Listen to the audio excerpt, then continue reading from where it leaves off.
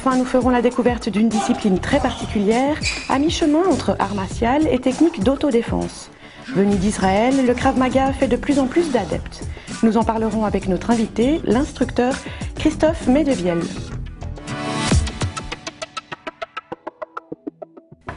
Inventé en Israël dans les années 60, le Krav Maga est une discipline hybride entre combat rapproché et art martial. D'abord destiné à l'armée et au service secret, il est resté longtemps dans l'ombre. Mais depuis plusieurs années, il s'ouvre au grand public et aux civils, aussi bien qu'à diverses corporations professionnelles. Cette semaine, à Gland, un expert international est venu dispenser son enseignement.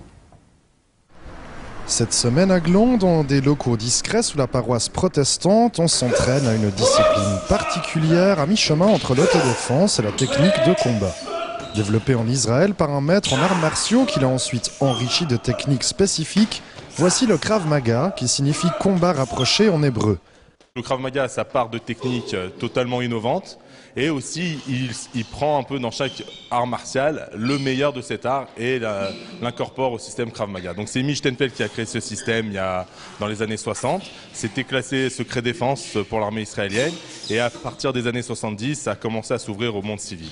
Et de Israël, ça s'est étendu au monde entier.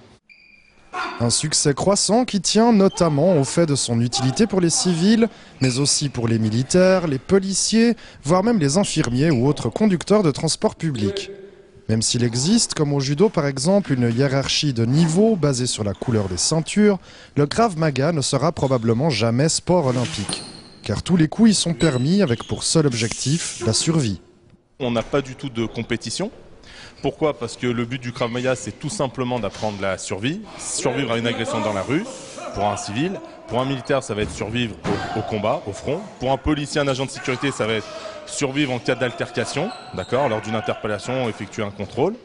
Donc nous, c'est notre seul but. Quand on forme nos élèves, on ne les forme pas en but de la compétition et l'arbitre qui va donner des points. On les forme juste à une chose, rentrer chez eux le soir en étant sains et saufs, pour revoir leurs enfants, etc. Donc, pas de compétition, c'est un sport qui est fait pour la survie. On y apprend à désarmer, à maîtriser l'agresseur, mais aussi à manier diverses armes et à faire preuve d'inventivité pour utiliser au mieux l'environnement de l'agressé. D'abord confidentiel car confiné à l'armée et au service secret, les techniques du Krav Maga sont désormais à la portée de tous.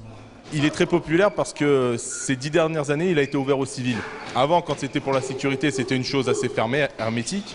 Mais maintenant que c'est ouvert aux civils, on l'enseigne aux enfants, on l'enseigne aux dames, on l'enseigne aux adultes, aux adolescents, c'est vraiment ouvert à tout le monde. Même pour les enfants, même très jeunes, c'est très bien de les inscrire dans d'autres sports. Mais si j'ai la possibilité dans ma ville d'avoir du Krav Maga et de donner à mon fils les atouts, ou à ma fille les atouts que toute sa vie elle pourra apprendre à se défendre et qu'elle ne va pas se sentir inférieure par rapport à un rapport de force, grâce au Krav Maga, je pense que ça vaut vraiment le coup. La fédération d'Alain Cohen est présente dans plus de 20 pays, dont le nôtre, par l'intermédiaire du glandois Christophe Medevielle, qu'on peut joindre par téléphone.